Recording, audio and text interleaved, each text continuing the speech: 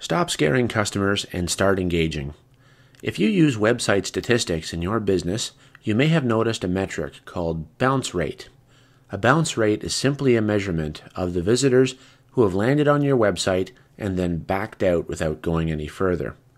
As you would expect, people leave your website for a variety of reasons. This is often because a visitor lands on your site and then realizes he or she doesn't even come close to what he was looking for. This is often because a visitor lands on your site and then realizes that it does not contain what they were looking for.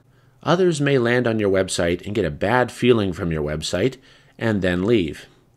In his book, Your Mind at Work, psychologist David Rock categorizes these kinds of strong negative reactions in 5 ways. They can be remembered using the acronym SCARF. It stands for status, certainty, autonomy, relatedness, and fairness. One of the fundamental purposes of David's book is to use an understanding of these factors to strengthen relationships at work and at home, even with moody teenagers. Despite the primary application aim of Dr. Rock, the universality of his ideas make them highly relevant to those of us interested in online marketing. Thinking about these 5 components in relation to your website can do much to help you understand why people land on your website and then vanish into the night without engaging with you in any way. Reviewing your website with relation to status, certainty, autonomy, relatedness, and fairness, and then acting on what you discover can go a long way in helping you engage clients, prospects, and others you might otherwise be scaring away. Status. If we think that something is able to advance our status in the world, we're usually intrigued enough to at least have a second look. Will this golf club give me another 50 yards and take 5 points off my game? Will this plaid sweater vest make me a hit with the ladies? Will this personal development course make me more indispensable to my boss? If you are planning to appeal to a person's sense of status when writing ad copy, make sure you do it in a genuine way. Don't make things up. People are smart. They realize when you're just stroking them. If you are selling something like a decorative or aesthetic item, excellent photos of the product in action will demonstrate how good the item will make the client look when it is in his or her home or when she wears it. People will then write their own personal ad copy in their heads. For instance, wow, those kids at chess camp are really going to love me in those pumps. Certainty. On the internet, no one knows you. When they reach your website, the only information they know about you is what you choose to tell them. Therefore, if you're not providing at least basic contact information, including your phone number, in an easy-to-find spot on your website, your customers will likely leave. So your phone number is clearly displayed on your website? Great. But if the caller has to rattle through a complex IVR system with no end in sight, press 1 for sales, press 2 for support, press 3 for a list of distributors in your area, they will similarly be less inclined to connect with you, let alone buy from you. Here are some simple things you can do to promote a feeling of certainty on your website. While you are being explicit about who you are, make sure you have a photo of yourself and your staff. Don't use clip art or stock photography, even if you're really shy. Make sure it's an up-to-date photo that lends credibility to your business. The I Love Beer t-shirts may work well if you're promoting a brewing business, but not if you're trying to build a website design company. Provide some background about yourself and your company. How long have you been in business? Where did you go to school? What singular obstacles did you overcome in building your company or developing your product? What makes your service unique in the marketplace? Why is your staff so ridiculously awesome? Spend some time turning your certainty messages into a video. People connect readily with video, and it's an excellent way to get the positive emotional reaction you're shooting for. List your prices clearly. Do you do flat rate shipping? Can you help your prospect to understand what the product will cost them with shipping and taxes as early in the process as possible?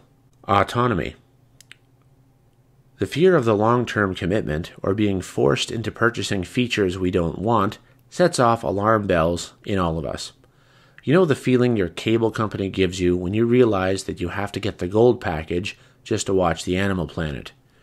This is acutely felt if it is also part of a new relationship. If someone is instantly controlling or forceful, we are more apt to back away. Robbing a prospect of the feeling of autonomy can be the death knell to an otherwise effective marketing campaign. This effect becomes even more acutely felt as the product gets more expensive. Our natural human aversion to loss, multiplied by the feeling of losing personal control, can be powerful negative motivators. Telling someone what they think will also set off alarm bells. Instead, ask thinking questions to encourage people to arrive at the right conclusion. This leaves room for the audience in the message. They'll end up writing the sales copy in their heads. Here are some ideas for promoting the feeling of autonomy in your prospect. Publish your warranty or satisfaction guarantee. Make it as clear as possible. If you can't understand it, then it's really no good.